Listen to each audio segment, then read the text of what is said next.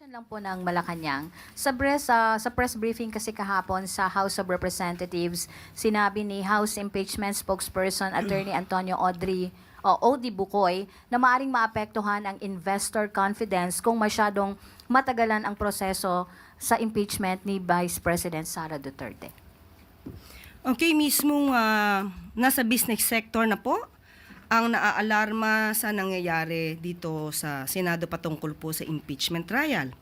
At hindi po talaga na naisin na makapag-invest, na maa-alerto po talaga mga investors natin kung may issue po at inaakusahan ng isang leader ng korupsyon at mukhang nakakampihan pa ng ibang senator judges. So nakakaalarma po ito dahil gumaganda po ang takbo ng ekonomiya ng bansa.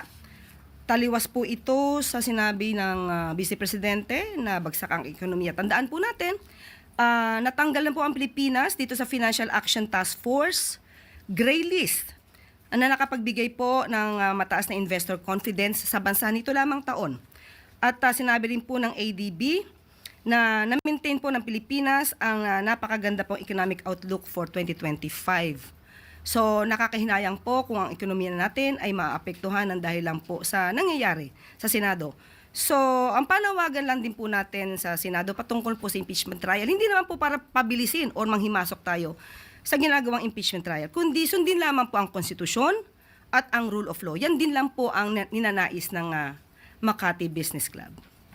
On the other, Yusek, sang-ayon po ba ang Malacanang sa panawagan ng business community na kailangan talagang bilisan na ang trial upang mapanatili ang katatagan ng ekonomiya at kumpiyansa ng mga investor na mamuhunan sa ating bansa? Muli ulitin natin, hindi po kasi manghihimasok ang Pangulo sa proseso sa Senado patungkol po sa impeachment trial. Pero kung yan po ang nakikita po ng mga nagnenegosyo, investors natin sa Pilipinas, eksperto sila sa mga ganitong bagay, kung ano ang mas makakabuti sa ekonomiya. Sa tandaan natin, ang sabi lamang po ng Pangulo, sundin ang konstitusyon at ang rule of law.